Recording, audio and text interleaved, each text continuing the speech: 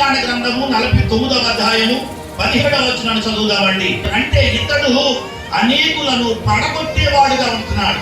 అతడు పడిపోవటమే కాదు కానీ, జాగ్రత్తగా అతడు పడిపోవటమే కాదు కానీ ఆత్మీయ జీవితంలో నుండి, భక్తి జీవితంలో నుండి, విశ్వాస జీవితంలో నుండి అతడు పడిపోవటమే కాదు కానీ అనేకులు ఏం చేస్తున్నాడంటే పడగొడుతున్నాడు.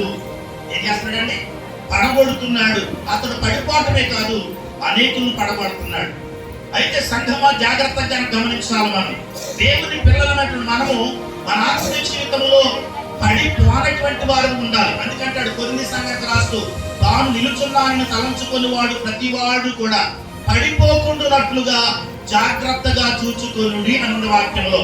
మొదటి కొరింథీ పత్రిక 10వ అధ్యాయము 12వ వచనం, విశ్వాసములో నేను బాగున్నాను, ప్రార్థన జీవితంలో బాగున్నాను, ఆత్మీయ జీవితంలో బాగున్నాను, అని నా ప్రవర్తనలో బాగున్నాను, నా నడకలో బాగున్నాను, నేను దేవునికి ఇష్టంగా ఉంటున్నాను అని తలంచుకొనుచున్న ప్రతి విశ్వాసి కూడా పడిపోకుండా జాగ్రత్తగా చూసుకోవాలి.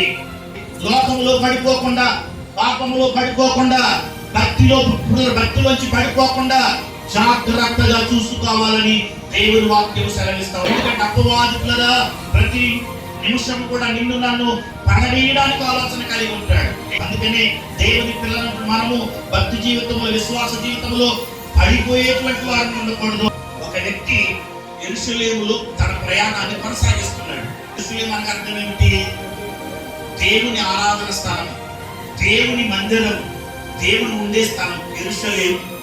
యెరూషలేములో ఉంటున్నాడు, యెరూషలేములో నివాసం ఉంటున్నాడు. చక్కగా ఆత్మీయంగా ఎదుగుతున్నాడు, భక్తి జీవితంలో ఎదుగుతున్నాడు. ఎదుగుతున్నటువంటి వ్యక్తి ఒక రోజు నాకు ఆలోచన వచ్చింది. ఎక్కడికి వెళ్ళాలని ఆలోచన వచ్చిందంటే యెరికోకి వెళ్ళాలని ఆలోచన వచ్చింది. ఎక్కడ నుండి? యెరూషలేము నుండి, దేవుని ఆరాధించే స్థలం నుంచి యెరికోకి వెళ్ళాలన్నటువంటి ఆలోచన వచ్చింది. ఇతడు యెరికోకి వెళ్ళాలనేటువంటి ఆలోచన వచ్చినది వెంటనే యెరూషలేమును విడిచిపెట్టి యెరికోకి వెళ్ళిపోతా ఉన్నాడు. జాగ్రత్త గమనించాలి. యెరూషలేము అంటే ఆరాధన స్థలము, యెరూషలేము అంటే దేవుడు ఉండే స్థలము, యెరూషలేము అంటే దేవుడు మాట్లాడే స్థలము, యెరూషలేము అంటే ఆరాధనకు యోగ్యమైనటువంటి స్థలము, దీవించబడే స్థలము, ఆశీర్వదించబడే స్థలము, దేవుని కృప ఉండే స్థలము యెరూషలేము. అటువంటి యెరూషలేము నుండి యెరికోకి వెళ్ళిపోతూ ఉన్నాడు. యెరికో పట్టణం ఎటువంటి పట్టణం అంటే పాపముతో కూడిన పట్టణం అండి, వ్యభిచారులు ఉండే పట్టణం అండి, దొంగలు ఉండే పట్టణం అండి. రాహాబు అనేటువంటి వేశ్య తన యొక్క గుడారం ఎక్కడుందంటే యెరికో గోడ మీద ఉండేదంట. ఎక్కడండి? అందుకని యెరికో దొంగలకు నివాసము, యెరికో వ్యభిచారులకు నివాసము, యెరికో లోక సంబంధమైన పాపపు కార్యములకు సాదృశ్యమై ఉంది. అందుకనే ఇశ్రాయేలు ప్రజలు వారి యొక్క యాత్రలో కొనసాగుతున్నప్పుడు యెరికో పట్టణానికి వచ్చినట్టు దేవుడు వారితో మాట చెప్పాడు. అలాగే యెరికో పట్టణంలో దేన్ని కూడా మీరు ముట్టుకోవద్దు, దేన్ని కూడా మీరు ఆశించవద్దు, దేన్ని కూడా మీరు దేని జోలికి వెళ్ళవద్దు. కారణం ఏంటంటే యెరికో పట్టణము శపితమైనది అన్నాడు దేవుడు. ఏదండి? అంటే ఇప్పుడు ఈ వ్యక్తి ఆశీర్వాదకరమైన స్థలం నుండి ఎక్కడికి వెళ్తున్నాడు? శపితమైన స్థలానికి వెళ్తున్నాడు, శాపగ్రస్తమైన స్థలానికి వెళ్తున్నాడు. ఈరోజు దేవుని పిల్లలంగా మనము కూడా చాలా సందర్భాలలో దేవునితో సహవాసం చేయవలసినటువంటి వారు, దేవుని మందిరంలో ఉండవలసినటువంటి వారు, దేవుని సన్నిధిలో కొనసాగాల్సినటువంటి వారము కొన్ని సందర్భాలలో లోకముతో సహవాసం చేస్తూ, లోకములో ఉన్న వాటితో సహవాసం చేస్తూ, కొన్ని సందర్భాలలో దీవెనకు బదులుగా, ఆశీర్వాదానికి బదులుగా శాపాన్ని కొని తెచ్చుకుంటా ఉన్నాం. ఈ వ్యక్తి వెళ్ళిపోతున్న తరుణంలో కొందరు దొంగల వ్యక్తిని చూస్తారండి. మార్గ మధ్యలో ఉండగానే ఇంకా కొద్ది సేపట్లో యెరికోకి వెళ్తాడు అనిపించుకుని మార్గ మధ్యలో ఉండగానే కొందరు దొంగలు వచ్చారు. అతని యొక్క వస్త్రములన్నీ కూడా దోచుకున్నారు.